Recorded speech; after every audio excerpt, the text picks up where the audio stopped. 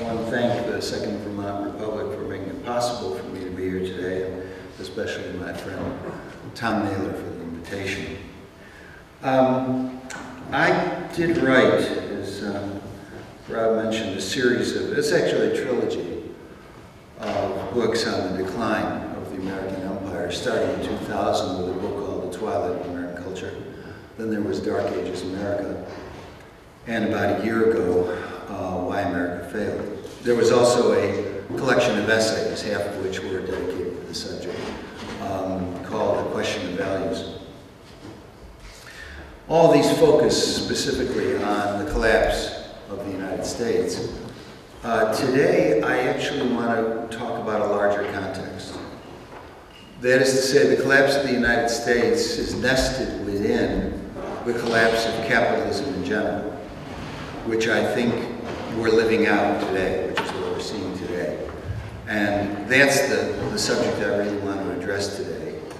Hence the title of this talk, La Longue Durée, the long run. Even then, the collapse of capitalism is nested within an even larger collapse, and that's the end of modernity itself, which we're also living through.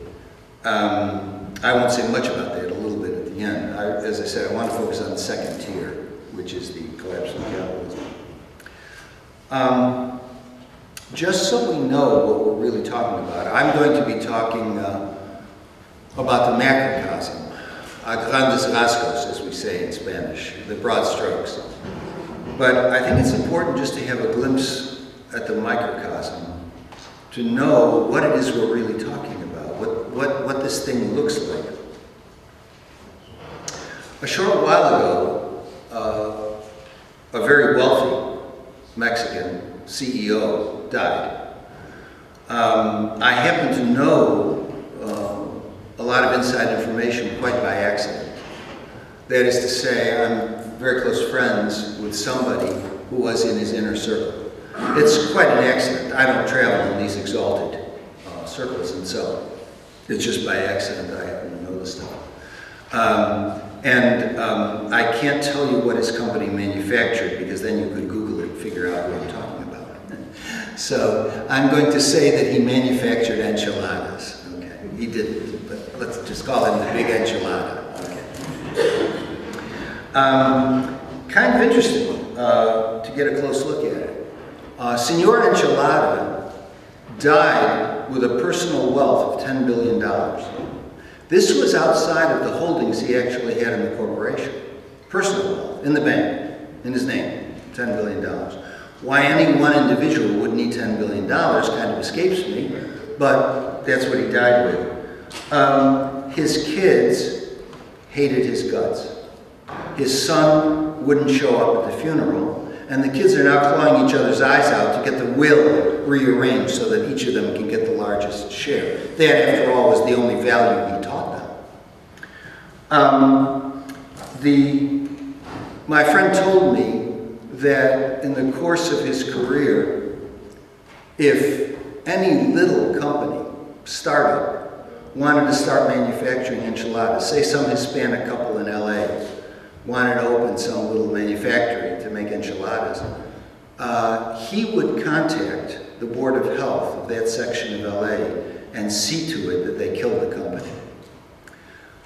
So they couldn't make a few $1,000s off of enchiladas so that he could die with $10 billion. I guess nobody told him you can't take it with you. I think he believed you could. 3 days before he died, he said to my friend, you know, we really have to move on Africa. We really have to start marketing in a major way enchiladas in Africa.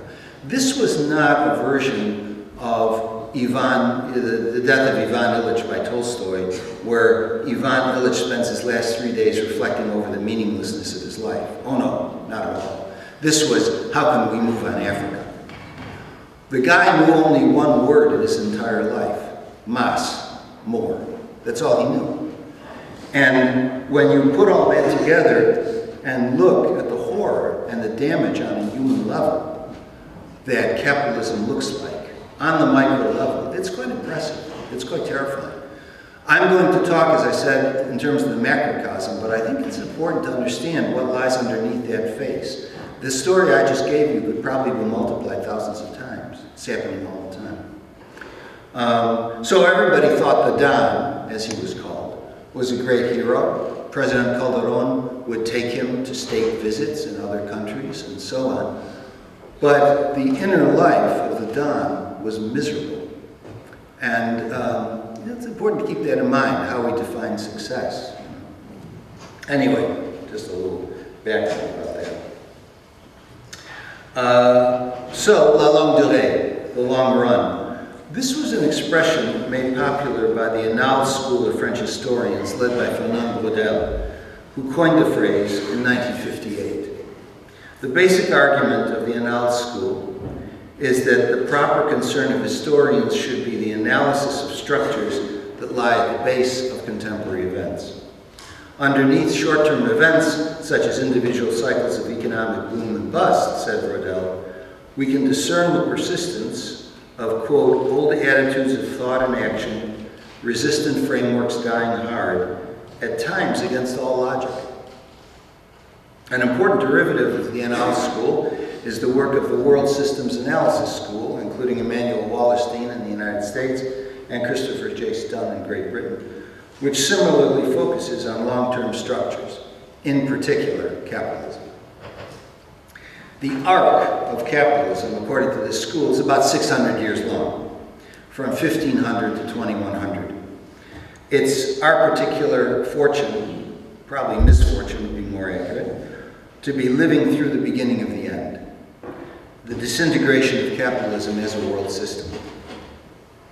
It was mostly commercial capital in the 16th century, evolving into industrial capital in the 18th and 19th centuries, and then moving on to financial capital, which is money created by money itself and by speculation in currency, for example, in the 20th and 21st. In dialectical fashion, it will be the very success of the system that eventually does it in. The last time a change of this magnitude occurred was during the 14th and 15th centuries, during which time the medieval world began to come apart and be replaced by the modern one. In his classic study of the period, The Waning of the Middle Ages, the Dutch historian Johan Huizinga depicted the time as one of depression and cultural exhaustion. Like our own age, not that much fun to live through. One reason for this is that the world is literally pushed over an abyss. What lies ahead is largely unknown, and to have to hover over an abyss for a long time is, to put it colloquially, a bit of a drag. The same thing was true at the time of the collapse of the Roman Empire, on the ruins of which the feudal system slowly arose. I was musing on these issues some time ago when I happened to run across a remarkable essay by Naomi Klein. I'm guessing most of you have heard her or read her, heard of her or read her work, The Shock Doctrine, for example. The essay was called Capitalism versus the Climate and was published in The Nation last November. In what appears to be something of a radical shift for her, she chastises the left for not understanding what the right does correctly perceive, that the whole climate change debate is a serious threat to capitalism. The left, she says, wants to soft-pedal the implications. It wants to say that environmental protection is compatible with economic growth, that it's not a threat to capital or labor. It wants to get everyone to buy a hybrid car, for example, which I've personally compared in my writings to the eating of diet cheesecake. It wants us to use more efficient light bulbs or recycle, as though these things were adequate to the crisis at hand. But the right is not fooled. It sees green as a Trojan horse for red. The attempt to abolish capitalism and replace it with some kind of eco-socialism. It believes correctly that the politics of global warming is inevitably an attack on the American dream, on the whole capitalist structure. So Larry Bell, in his book Climate of Corruption, argues that environmental politics is essentially about, quote, transforming the American way of life in the interests of global wealth distribution. And the British writer James Delingpole notes that modern environmentalism successfully advances many of the causes dear to the left: redistribution of wealth, higher taxes, greater government intervention, regulation. What Naomi Klein is saying to the left, in effect, is, why fight it? These nervous Nellies on the right are right. Those of us on the left can't keep talking about compatibility of limits to growth and unrestrained greed, or claiming that climate change is just one issue on a laundry list of worthy causes vying for progressive attention, or urging everyone to buy a Prius. Commentators like Thomas Friedman or Al Gore, who assure us that we can avert catastrophe by buying green products and creating clever market products and pollution or whatever, corporate green capitalism, in a word, are simply living in denial. I don't know if you guys ever saw it. One of the early seasons of the sitcom 30 Rock by Tina Fey. You can probably download this and screen it on your computer. But the episode was called Green Zone. Man, it's really hilarious. The Alec Baldwin character says to the Tina Fey character, guess what? NBC is going green. And do you know why? And she says, to save the earth? He says, no, to drain it of its remaining resources. And then Green Zone, who's, you know, a green outfit, and he's got a cape, and he's running around. It's played by David Schwimmer. He comes out with slogans like saving the earth while promoting corporate profitability.